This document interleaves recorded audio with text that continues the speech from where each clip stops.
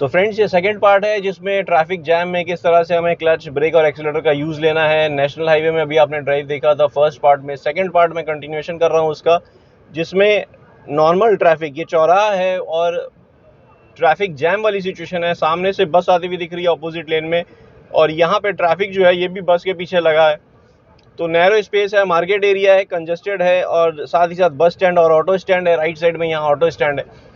तो ये congested area already है और कम्प्लीटली 11-12 बजे का समय है। तो इस समय एग्जैक्टली आप सही बताएं तो जैम सिचुएशन हो जाती है। अभी देखिए आगे बढ़ा है इसने, ट्रैफिक स्लोली मूव हो रहा है, तो हम भी अकॉर्डिंगली मूव किए हैं। अब मैंने सेकंड गियर लगा लिया है। ये देखिए यहाँ पे सिचुएशन, ये स्लो मूविंग व्हीकल जो है सामने आ जाती है, साइकिल वैन है जो सामने आ गई है, तो अकॉर्डिंगली हमें स्लो मूव करना पड़ेगा। क्लच का यूज़ लेते हुए फर्स्ट गियर में क्लच, ये देखिए फर्स्ट गियर में क्लच रिलीज कर दिया मैंने। ये हॉर्न लगा रहा हूँ मैं ताकि ये मूव हो सके, नहीं तो क्या होगा, दूसरी कोई व्हीकल बीच में आ जाएगी तो ब्लॉक हो जाएंगे हम। अभी यहाँ से साइड से निकलेंगे अब हम, और सामने से व्हीकल आ रही है। वहाँ भी देखिए आप, कंजस्टेड रोड हो चुका है, कंजस्टेड लोकेशन हो चुकी है, ट्रैफिक जैम सिचुएशन हो गई है। अभी आगे सामने से इस तरफ से जो व्हीकल आ रही है, या तो किसी ने ओवरटेक लेके लाइन ब्रेक की है, तभी यहाँ पे भी जैम लग गया है। तो वही कंडीशन हो जाती है, इसी वजह से bumper to bumper kind of situation rise हो जाती है। ये देखिए क्लच रिलीज किया मैंने, क्लच वापी से प्रेस किया, ये देखिए फिर ब्रेक अप्लाई की। ये सिचुएशन हमें किसी भी मार्केट एरिया या ट्रैफिक लोकेशन में ऐसे ही ड्राइव करना पड़ता है। तो ये हाफ क्लच नहीं हुआ फ्रेंड्स, जैसे मैंने आपको एक्सप्लेन किया था। हाफ क्लच क्या होता है, बाइटिंग पॉइंट पे मूव करना, मैं क्लच प्रेस कर रहा हूँ, रिलीज कर रहा हूँ, फिर प्रेस कर रहा हूँ, या कंप्लीटली रिलीज कर दे रहा हूँ, ये दो सिचुएशन आ जाती है। तो आपने ऐसी सिचुएशन में इसी तरह से, इसी मेथड से मूव करना है। या आपको कार मूविंग होगी तो आपने क्लच पूरा रिलीज कर देना है, मूविंग नहीं हुई तो बाइटिंग पॉइंट पे लाके वापस से, ये देखिए बाइटिंग पॉइंट पे लाएंगे हम, कार मूव हुई, अब वापस से प्रेस कर देंगे, ये देखिए थोड़ी दूर अपने आप चल जाएगी। अब मैं ब्रेक अप्लाई कर दूंगा। लेफ्ट साइड से भी मेरे को ध्यान रखते हुए कार मूव करनी है। क्रंच लोकेशन है, राइट साइड से व्हीकल आ रही है, लेफ्ट साइड से स्लो मूविंग व्हीकल ओवरटेक लेके मेरी तरफ आ रखी है। बाइक्स वगैरह, टू व्हीलर्स वगैरह है, तो मेरे को ध्यान रखना है। ये देखिए टू व्हीलर कट करके बीच में आया है। तो सिचुएशन जैसी होती है, सिनेरियो जैसा होता है, आपका कंट्रोल्स उसके अकॉर्डिंग मूव होना चाहिए। अभी मैं हल्का सा राइट की तरफ गया हूँ क्योंकि लेफ्ट में साइकिल वैन है, स्पेस नहीं है मेरे पास, तो मैं हल्का सा राइट जाके, क्योंकि बस आगे ब्लॉक्ड है, सिचुएशन देखते हुए फिर मूवमेंट कर रहा हूँ मैं। क्लच का रिलीज कंप्लीटली आप देखिए फर्स्ट गियर में रिलीज कर दिया है। ऐसे ट्रैफिक लोकेशन में सब यही कहते हैं कि क्लच को हाफ बाइटिंग पॉइंट पे रिलीज करें तभी मूव करें, ऐसा नहीं है फ्रेंड्स। हाँ, अगर हिली एरिया है या आप स्लोप में हैं, वहाँ सिचुएशन अलग हो जाती है, वहाँ सिनेरियो डिफरेंट हो जाता है। उस जगह हो सकता है बाइटिंग पॉइंट पे कुछ समय रखना पड़े जब तक आपकी टॉर्क नहीं आती कार की। जैसे ही टॉर्क आ जाएगी, टॉर्क आपको समझ में आ जाएगी कि पिकअप ले रही है कार, तब आप क्लच को पूरी तरह से रिलीज करके एक्सीलरेटर प्रेस कर सकते हैं। यहाँ मैंने देखिए क्लच पूरी तरह से रिलीज कर दिया, अब एक्सीलरेटर प्रेस करना स्टार्ट किया है। तो ट्रैफिक सिचुएशन, ट्रैफिक जैम वाली सिचुएशन आप समझ लीजिए किस तरह से मूवमेंट करना है अपनी कार में। ये देखिए वापस से क्लच प्रेस किया, ब्रेक अप्लाई कर दी। मैं फर्स्ट गियर में ही हूँ अभी तक, सेकंड गियर हार्डली लगाया हूँ अभी तक मैं, क्योंकि सिचुएशन आप देखिए इसमें मूवमेंट क्या है, हल्का सा मूवमेंट करना है फिर कंप्लीट स्टॉप करना है। ये देखिए स्लोली मूवमेंट आया, मैं क्लच रिलीज किया हूँ, फिर से प्रेस कर रहा हूँ। ये देखिए क्लच रिलीज किया, फिर से प्रेस किया, जैसे आगे मूवमेंट हो रहा है। अब क्लच पूरी तरह से रिलीज कर दिया, स्लोली मूव होती जा रही है मेरी कार। अब क्लच ब्रेक दोनों प्रेस करेंगे क्योंकि आगे की व्हीकल रुक गई है, कंप्लीट स्टॉप हो गया ट्रैफिक। फिर मूवमेंट आया, क्लच को रिलीज करना स्टार्ट किया हमने, बाइटिंग पॉइंट पे रखे, फुल रिलीज कर दिया है। यही सिचुएशन होता है। अगर यही स्टॉप एंड गो होता तो मेरे को क्लच वापस से प्रेस करना पड़ता। अभी देखिए मैंने सेकंड गियर लगा लिया क्योंकि गैप हो गया था। अब वापस से अगर सिचुएशन होगी स्टॉप करने की तो मैं क्या करूँगा, वापस से क्लच प्रेस करके फर्स्ट गियर लगाऊंगा, लेकिन ब्रेकिंग स्टॉप, कार को कम्प्लीटली स्टॉप करने के बाद वैसा करूँगा लीजिए, क्योंकि क्लियर हो गया रोड। अब मैं थर्ड गियर अप्लाई कर लिया हूँ, 30+ की स्पीड है ऑलरेडी।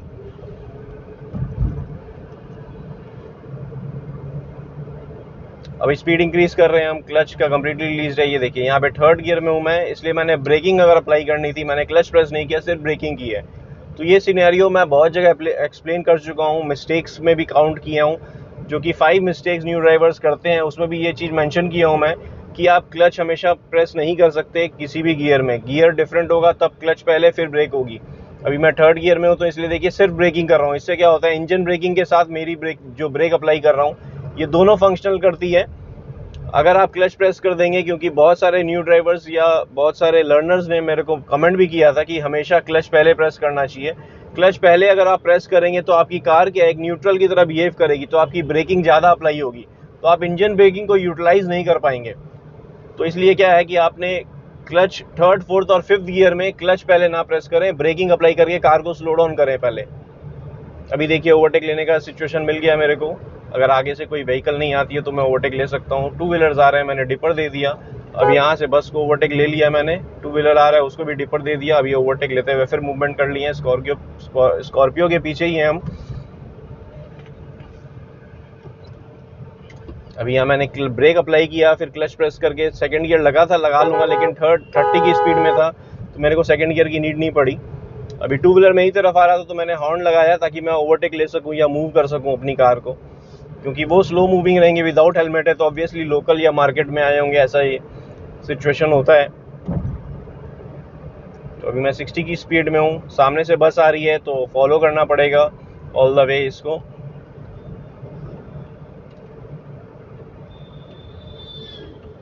ब्रेक अप्लाई करनी पड़ी फोर्थ गियर में, इसलिए मैंने क्लच प्रेस करके सिर्फ थर्ड गियर लगाया। तो सिचुएशन डिफरेंट हो जाती है। अगर आप ऐसे ड्राइव करेंगे तो आपको अलर्ट रहना पड़ता है। सामने से कोई व्हीकल आ रही है, ये देखिए ट्रक आ रही है, तो मेरे को कम्प्लीटली लेफ्ट जाना था। तो मैंने क्या किया, लेफ्ट में बाइक थी तो मैंने हल्की सी ब्रेकिंग अप्लाई की, फिर मूवमेंट किया है। अभी सिचुएशन देखिए, यहाँ पे मैं इसको ओवरटेक लेने के लिए पहले तो इसको फॉलो करूँगा, फिर सामने से व्हीकल आ रही है कि नहीं वो देखूँगा। सामने से एक टाटा सुमो आ रही है, ये भी टाटा सुमो है जिसको मैं ओवरटेक लेने वाला हूँ। तो अभी मैं फोर्थ गियर में हूँ, मैं हॉर्न लगा के डिपर दे दिया हूँ ताकि मैं ओवरटेक ले सकूँ इसको। इन्होंने हैंड दिखाया है, अब इन्होंने हैंड सिग्नल दिया कि मैं ओवरटेक ले लूँ। पहले हैंड दिखाया है कि वो स्टॉप करने के हिसाब से, फिर उन्होंने मेरे को हैंड सिग्नल दिया कि मैं ओवरटेक ले लूँ, तो मैंने फिर मूव करना स्टार्ट किया है। नहीं तो पहले मैंने ब्रेकिंग अप्लाई की थी, अगर आपने नोटिस किया होगा तो। यहाँ पे बाइक्स निकल रही हैं लेफ्ट साइड से और सामने से बस आ रही है, तो इसलिए मैंने पहले से ही ब्रेकिंग अपनी स्टार्ट कर दी थी। 40 की स्पीड में ले आया हूँ कार को, थर्ड गियर लगा लिया मैंने सीधा क्लच प्रेस करके फिफ्थ गियर से। डाउन शिफ्ट हम कभी भी किसी भी गियर में कर सकते हैं, फोर्थ से मैं सेकंड में भी आ सकता हूँ, लेकिन सिचुएशन ऐसी है कि आपने स्पीड के अकॉर्डिंग करना होगा। अगर आपकी कार की स्पीड मान लीजिए 50 है और आप फोर्थ गियर में हैं और आपको ब्रेक अप्लाई करनी पड़ रही है, तो आप 20 में आ गए हैं ब्रेक अप्लाई करके 50 से सीधा, तो आप सेकंड गियर लगा सकते हैं फोर्थ गियर से। लेकिन अप शिफ्ट के टाइम में आपने डायरेक्टली अप शिफ्ट नहीं कर सकते थर्ड सेकंड से फिफ्थ में, आपको क्रोनोलॉजिकल ऑर्डर फॉलो करना होगा सेकंड से थर्ड। जैसे अभी देखिए सेकंड से थर्ड आया हूँ मैं, 40 प्लस की स्पीड आई है, फिर थर्ड से फोर्थ जाऊँगा जैसे ही स्पीड इंक्रीज होगी, लेकिन 40 की स्पीड में हूँ। अभी मैं ओवरटेक लेने के लिए जाऊँगा इसको, ये ओवरटेक लिया मैंने, बाइक को डिपर दे दिया और ये ओवरटेक लेके आगे मूव कर दिया। स्कॉर्पियो लेफ्ट चली गई है जिसको हम फॉलो कर रहे थे। अभी स्लो डाउन कर लिया मैंने, सेकंड गियर में है, 20 से भी बिलो की स्पीड है, तो फॉलो करेंगे। यहाँ बस स्टॉप हुई है दोनों, मेरे आगे लेफ्ट में साइकिल है, मैं ओवरटेक बस को साइड से ओवरटेक लेते हुए फिर मूवमेंट करूँगा। ये स्लो मूविंग कर रहा है तो मैं थोड़ी सी स्पीड इंक्रीज करके फिर फॉलो करूँगा इसको। ओवरटेक ले लिया हूँ। या मार्केट एरिया है तो हमें थोड़ा सा अलर्ट होकर चलाना होगा कि कहीं से भी कोई भी क्रॉस करता हुआ आ सकता है, या साइकिल या टू व्हीलर कहीं से भी आ सकते हैं। ये देखिए जैसे ये टू व्हीलर स्टार्ट हुआ एकदम लेफ्ट से, तो ऐसी कंडीशन में आपने ये देखिए टू व्हीलर ओवरटेक लेते आ रहा था, तो स्पेस मेरे को लेफ्ट जाके इसको स्पेस देनी थी, क्योंकि ओवरटेक अगर कोई व्हीकल सामने से ले रही है तो आपने अलर्ट रहना है कि वो ओवरटेक ले रही है तो उसके पास स्पेस हो, नहीं तो वो स्पेशली टू व्हीलर को, अगर आपके पास स्पेस है तो स्पेस दे दें। ये मैंने डिपर लगाया था क्योंकि साइकिल बीच में थी, वो एकदम बीचों बीच आ रहा था सामने से जो छोटा ट्रक था, तो फिर डिपर लगाते हुए फिर हमने मूव किया। यहाँ पे देखिए क्लच ब्रेक का मूवमेंट जब भी होता है तो हमें स्पीड के अकॉर्डिंग करना पड़ता है। यहाँ पे मैंने डिपर लगाया है उसको, अभी कम्प्लीटली लेफ्ट आ गया था मैं, फिर मूवमेंट करना पड़ा क्योंकि वो ऑलरेडी बीच में चल रहा था। डिपर लगाने के बाद में भी लेफ्ट नहीं किया क्योंकि मैं भी उस साइकिल वैन थी लेफ्ट साइड में, उसके लेफ्ट साइड में। ये पैनिक सिचुएशन, ये टू व्हीलर ओवरटेक लेने वाला था बस को, इसलिए मैंने दूर से ही डिपर दे दिया कि अगर वो ओवरटेक लेने वाला है तो स्टॉप हो जाए, क्योंकि मेरे पास ऑलरेडी कम जगह है। अगर वो ओवरटेक लेगा तो मेरे को कंप्लीट स्टॉप करनी पड़ेगी ताकि वो उसके पैरेलल, बस के पैरेलल चल सके। तो इसलिए मैंने पहले से ही डिपर दे दिया उसको। तो ये सारा छोटी छोटी चीज़ें हैं जो बहुत मैटर करती हैं आपको एक प्रो ड्राइवर बनाने के हिसाब से। अगर आप न्यू ड्राइवर हैं तो ये चीज़ समझने में बहुत समय लगेगा। आपको ये वीडियो देख के इतना तो समझ में आ जाएगा कि थोड़े से एक्सपर्ट होने के लिए भी छोटी छोटी चीज़ों को बहुत माइन्यूटली ध्यान रखना पड़ता है।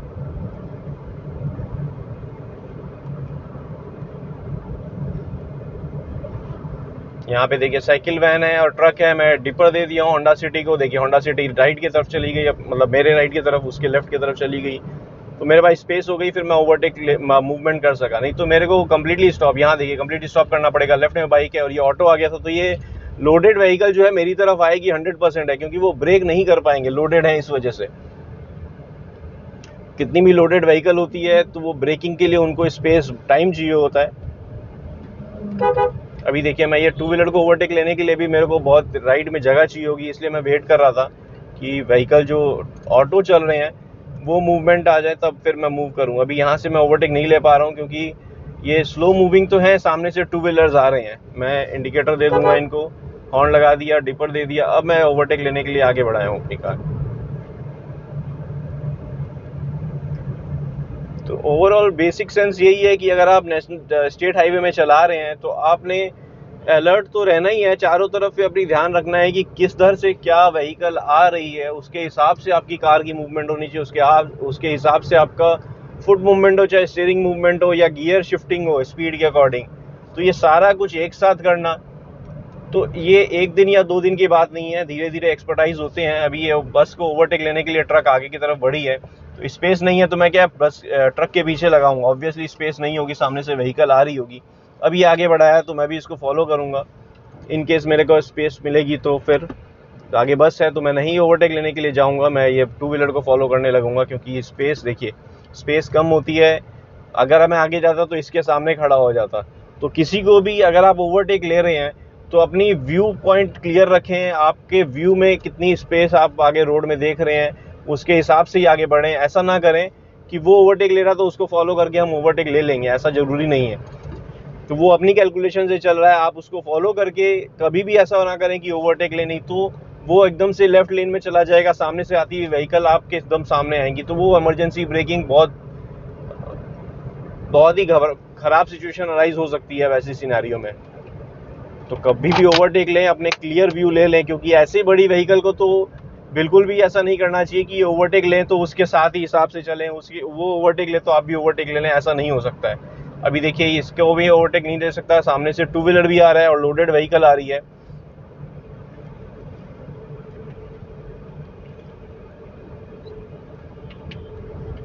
तो अभी ये क्रॉस हो गई है, अभी मैं स्पेस देखूंगा, अगर मेरे को स्पेस मिलेगी तो मैं ओवरटेक लूंगा। यहाँ से सिलेरियो सामने से आ रही थी, अभी भी व्हीकल आ रही है, डंपर आ रहा है एक।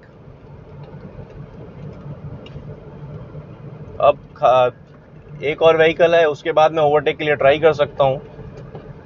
अब मैंने थर्ड गियर अप्लाई कर लिया है कार में।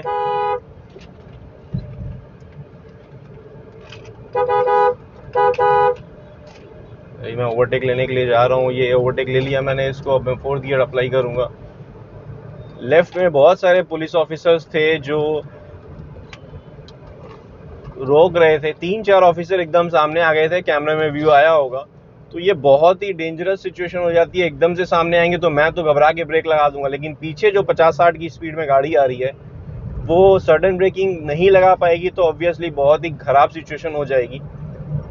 मैं अगर ब्रेक लगा के रोक भी दूंगा तो पीछे वाली गाड़ी, अगर मैं इसलिए रोका नहीं, मैं ओवरटेक ले लिया क्योंकि मेरे जस्ट पीछे एक टू व्हीलर था जो मेरे को पता था नहीं रोक पाएगा, और एक लोडेड व्हीकल थी जिसको रोकने के लिए पुलिस ऑफिसर सब सामने आए थे।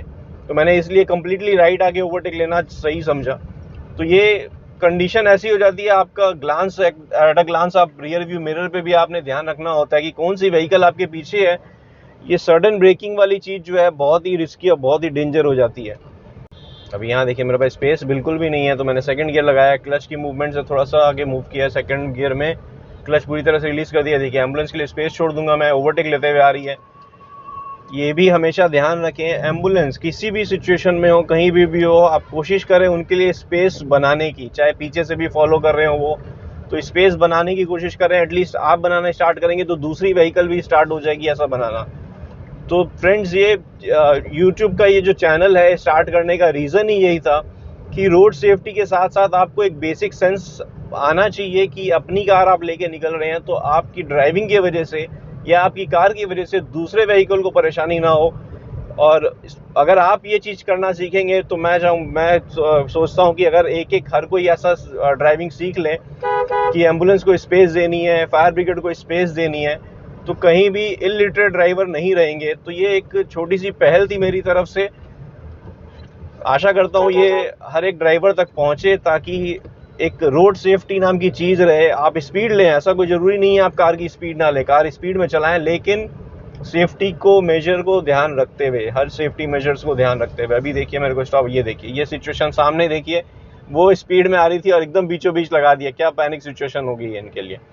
उन्होंने ब्रेकिंग तो लगा दी, अगर इधर से कोई स्पीड में कार होती तो वो एक अलग ही सिचुएशन अराइज हो सकता था। इसमें गलती मैं वो जो व्हीकल बीच में आई उसका नहीं बोलूँगा, वो जो गाड़ी चला के बीच में आ रहा था उसकी गलती मैं कहूँगा, क्योंकि वो दूर से भी देख ही रहा होगा कि कार निकलने वाली है। एक व्हील्स का टर्निंग का समझ में आ जाता है कि ये व्हील्स टर्न हुआ तो ये बाहर निकलने वाला है, तो आपने पहले ही स्टॉप कर लेनी चाहिए। ये भी देखिए मेरे पास स्पेस नहीं है तो मैं क्या हूँ 40 की स्पीड में चला रहा हूँ। क्यों? क्योंकि कोई भी व्हीकल कहीं से भी ओवरटेक लेके सामने अगर मेरे आ जाएगी तो मेरे पास स्पेस रहे, मैं लेफ्ट में जा सकूँ या डिपर या हॉर्न देके उनको अलर्ट कर सकूँ। तो इसलिए मैं 40 की स्पीड में, क्योंकि लाइन से गाड़ी जा रही है, मेरी तरफ आ रही है, तो वो सिचुएशन होता है कि कहीं से भी कोई भी ओवरटेक करना स्टार्ट कर देगा, क्योंकि स्लो मूविंग है सारी व्हीकल्स, स्पेस नहीं मिल रहा है किसी को। अभी मैं 50 प्लस की स्पीड में हूँ, 4th गियर मैंने लगा लिया है। तो फ्रेंड्स स्टेट हाईवे में इसी तरह से हम ड्राइव करते हैं। ऐसी सिचुएशन जैसे राइज होगी तो आप भी आई होप धीरे धीरे सीख जाएंगे स्टेट हाईवे में ड्राइव करना। तो ये वीडियो आई होप आपको फ्रूटफुल लगी होगी, थोड़ी इन्फॉर्मेटिव भी लगी होगी। तो फ्रेंड्स आई होप ये वीडियो अच्छी लगी है, पसंद आई है। वीडियो अगर अच्छी लगी है, पसंद आई है तो लाइक करें, कमेंट में कुछ कहना चाहते हैं कमेंट करें। चैनल अब तक सब्सक्राइब नहीं किया फ्रेंड्स तो चैनल को जरूर सब्सक्राइब कर लें। Thank you friends, good day, drive safely and take care.